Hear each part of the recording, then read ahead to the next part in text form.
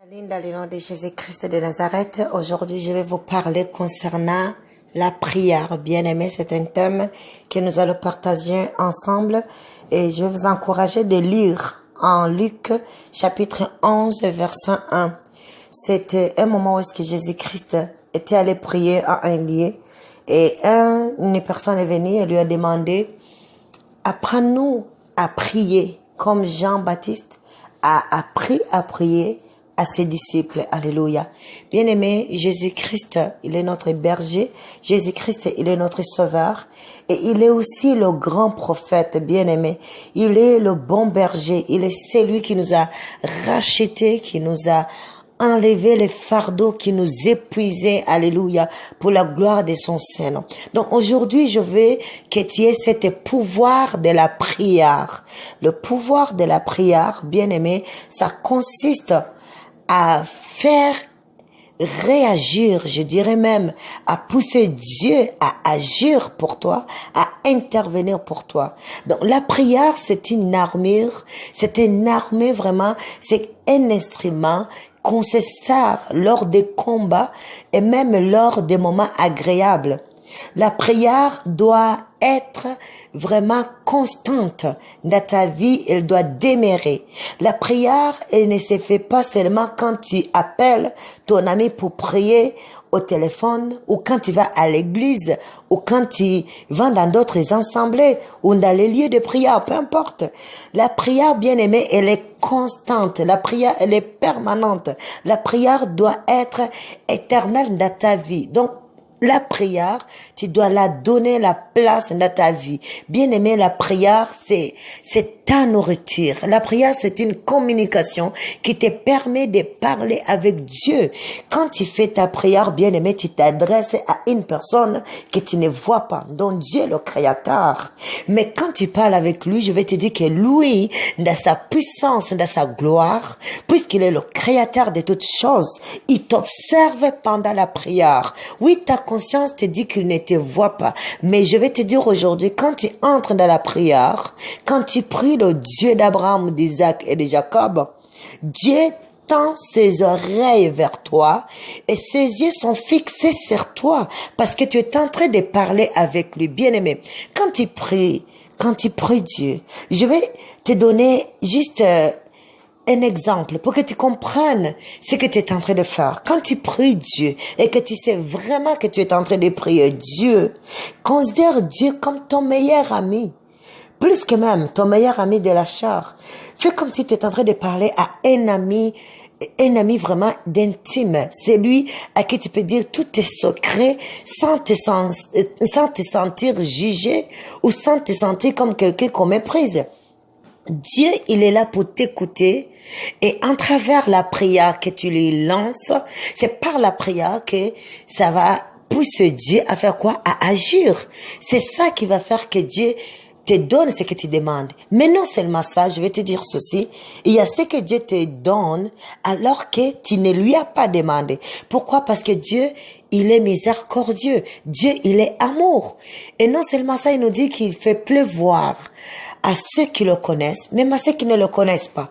Mais je vais te dire que toi qui mets la vie de prière dans ta vie, toi qui vis la prière, je vais te dire que tu as un avantage à celui qui ne prie pas. Alléluia. Parce qu'il y a une grande différence entre une personne qui prie et une personne qui ne prie pas. Oui, Dieu intervient pour tout le monde. Mais à celui qui intercède, qui prie vraiment, qui entre dans une prière profondément, Dieu lui donne. Dieu lui donne beaucoup, lui donne au-delà même de ce que la personne espérait. Donc, j'insiste à ce que tu mets cette vraiment routine de prière dans ta vie. Quand tu te réveilles le matin, prends le temps de dire: Seigneur, merci pour cette belle journée. Quand tu vas même à l'école, en chemin, quand tu marches, tu peux parler avec ton Dieu. Ne dis pas que tu n'as pas de place pour prier, tu n'as pas de place pour adorer ton Dieu. Même quand tu vas prendre ta douche matinale, tu peux prier Dieu parce que, bien aimé, il y a les gens qui n'ont pas l'eau potable. Toi, tu en as l'eau pour se laver, mais il y en a ceux qui ont besoin de cette eau-là que tu te sers pour te laver, en fait de satisfaire à leur soif. Donc, bien aimé, il y a plusieurs raisons qui peuvent faire quoi? Te pousser à entrer dans la prière. Et il y a plusieurs sortes de prières, bien aimé. Mais pour aujourd'hui, je vais t'encourager d'appliquer la routine de prier Dieu à chaque fois, à chaque occasion, que ce soit le bon moment ou le mauvais moment. Je t'encourage de prier Dieu. Donc aujourd'hui, je brise toute puissance qui t'empêchait de prier Dieu. Je le brise dans le nom de Jésus-Christ. Souvent, le diable te fait comprendre que Dieu n'écoute pas la prière, mais au contraire, chaque prière que tu fais, Dieu la prend en considération. Toutes les prières que tu envoies vers Dieu, Dieu les prend en considération. Donc c'est pour cela que je te dis de ne pas te décourager, de ne pas dire « Oh, Dieu ne m'écoute pas, oh, Dieu ne m'entend pas ». Dieu t'écoute, Dieu t'entend et il est là pour répondre à tes prières. Sinon la parole de Dieu nous dit « Invoque-moi au jour de la détresse ». Alléluia. Donc, bien aimé, à n'importe quel moment, tu peux prier Dieu, tu peux communiquer avec Dieu, tu peux parler avec Dieu. D'où j'ai dit au début que Jésus-Christ, il est notre guide. Dans chaque étape de sa vie, il avait un moment pour prier Dieu, non pas pour prier lui-même.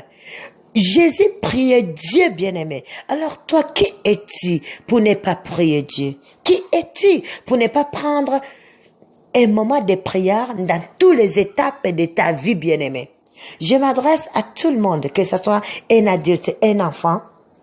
Apprenez à prier. Apprenez à parler avec Dieu. Je vous parle, mais à moi également, il faut que je continue à mettre cette pratique de prière dans ma vie. Parce que nous dépendons de Dieu. Et si nous dépendons de Dieu, combien de fois que nous communiquons avec lui, en fait, qu'il nous donne le plan du jour. Ici, sur la terre, on fait des plans du jour. Mais n'oublions pas, bien aimé, pour nous qui appartenons à Dieu, Dieu aussi a le plan pour la journée qu'il a créée, qu'il a établie. Et cette journée-là, on doit se réjouir parce que c'est lui qui l'a créée, c'est non pas un homme qui a fait quoi, qui a créé cette journée-là. C'est pour cela, bien aimé, quand il dit, oh, demain je vais faire ça, mets ces choses-là dans les mains de Dieu. En fait que Dieu dispose, car l'homme planifie, mais Dieu dispose. Et tout cela, c'est en travers la prière. Aujourd'hui, je t'encourage de faire des moments de prière, de prendre du temps de prier. Si c'est devenu difficile pour toi de respecter le temps que tu avais vraiment fixé pour entrer en communication avec Dieu, pour dire prier à Dieu, maintenant, prie selon l'Esprit de Dieu. Prends le temps de te laisser guider par le Saint-Esprit. Alors aujourd'hui, la parole que je veux que tu retiennes, bien-aimé, la prière que tu fais, c'est cette prière-là qui fait que tu es là aujourd'hui. Et je vais te dire aussi, quand tu oublies de prier, je vais te dire qu'il y a Jésus-Christ, lui qui continue à intercéder, à prier pour toi. Alléluia. Donc, ne te décourage pas. Et ne dis pas que tes prières ne sont pas encore exaucées. Tes prières sont exaucées, mais il faut persévérer dans la prière. En fait, de déclencher donc la réponse de tes prières. Alléluia. Donc, sois béni. Je t'encourage de lire en Luc chapitre 11, verset 1, et continue également pour avoir plus de connaissances dans la parole de Dieu. Alléluia. Donc, sois béni, que le sang de Christ, que le sang précieux de Jésus-Christ soit sur toi et que l'Esprit de Dieu, l'Esprit de la prière nous anime, nous tous.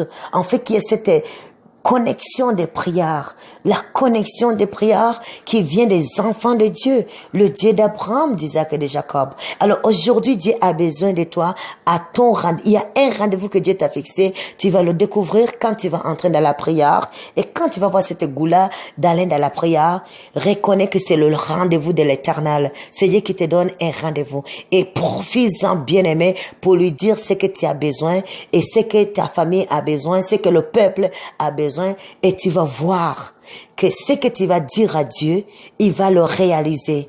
Peut-être, bien-aimé, tu doutes à ce que Dieu peut faire si tu lui demandes des choses. Mais je te dis que quand tu demandes à Dieu, Dieu te le donne. Dans la parole, Dieu nous dit, demandez et vous recevrez. Et tout ce que vous demandez, demandez-le dans le nom de Jésus-Christ. Et au-dessus de toutes ces choses-là, mettez la foi à ce que vous demandez à Dieu. Puisque Dieu n'est pas menteur. Notre Dieu, il ne ment point. Il n'est pas l'homme pour mentir. Il nous a créés avec une perfection. Alors, bien-aimé, ce n'est pas un Dieu qui veut nous faire nous donner des fausses espoirs, mais c'est un Dieu qui veut nous donner de l'espérance, des espoirs dans notre vie. Donc, beaucoup d'espoir dans notre vie. Alléluia. Alors, sois béni et partage cet audio avec ton prochain. Peu importe sa religion, peu importe qui cette personne est, partage cet audio-là pour la gloire de notre Sauveur Jésus-Christ. Soyez bénis, peuple de Dieu. Je vous aime. Que le sang de Christ soit avec vous. Amen. Dans le nom de Jésus-Christ de Nazareth, aujourd'hui, je vais